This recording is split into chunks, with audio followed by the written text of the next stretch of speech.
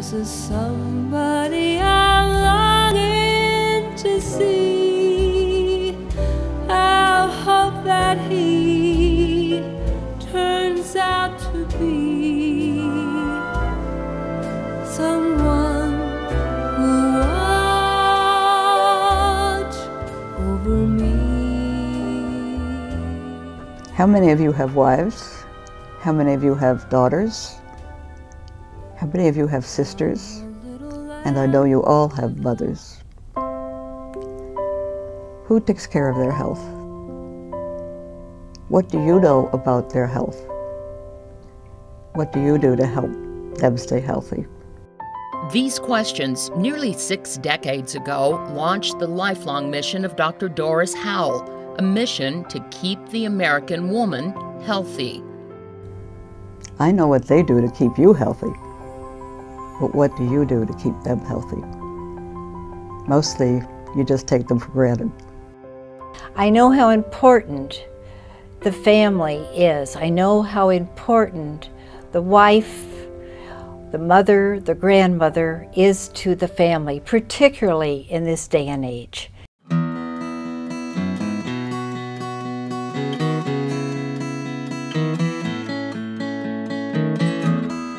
Women are so very, very important. They are the glue that keep the family together.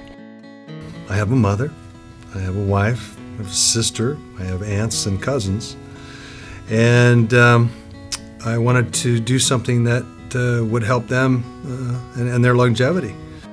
Today, Dr. Howell, an internationally acclaimed pediatrician and scientist, is joined by the members of the Howell Foundation.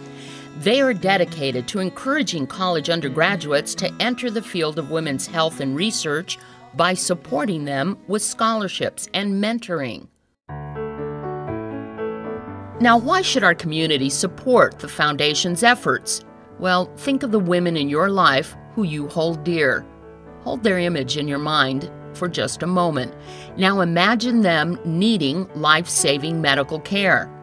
Breast cancer, cervical cancer, ovarian cancer, all conditions that can prove deadly to a woman. And there are other killer diseases that impact women differently than men. When it comes to heart disease, for example, more women than men die from it. What's equally disturbing is that in a recent nationwide survey by the American Heart Association, only 8% of primary care physicians even knew that.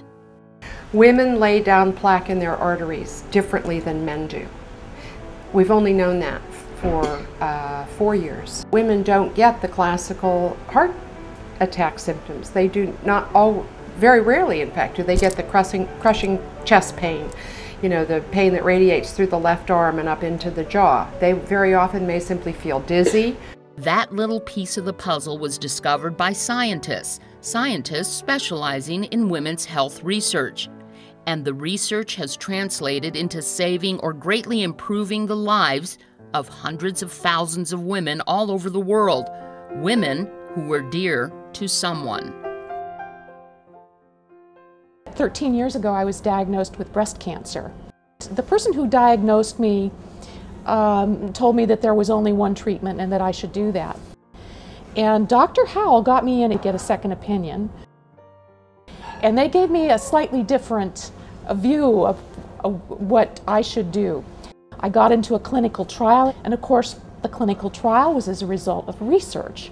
I'm sure I wouldn't be here without that kind of research. So that is why I have such an interest in the Howell Foundation.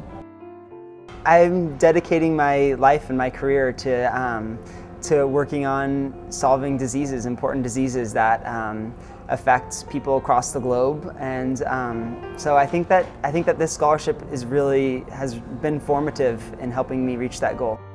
The Foundation provides scholarships to undergraduate students in our community who are planning on pursuing medical careers in the area of women's health. I was very excited when I found out. I got an email and I was just ecstatic because I know that the $3,000 scholarship would do a lot for me and my family. These students have such a tremendous work ethic. They believe in what they do. They spend hour after hour in their labs trying to make a difference. This room is filled not only with donors and supporters, many are also mentors.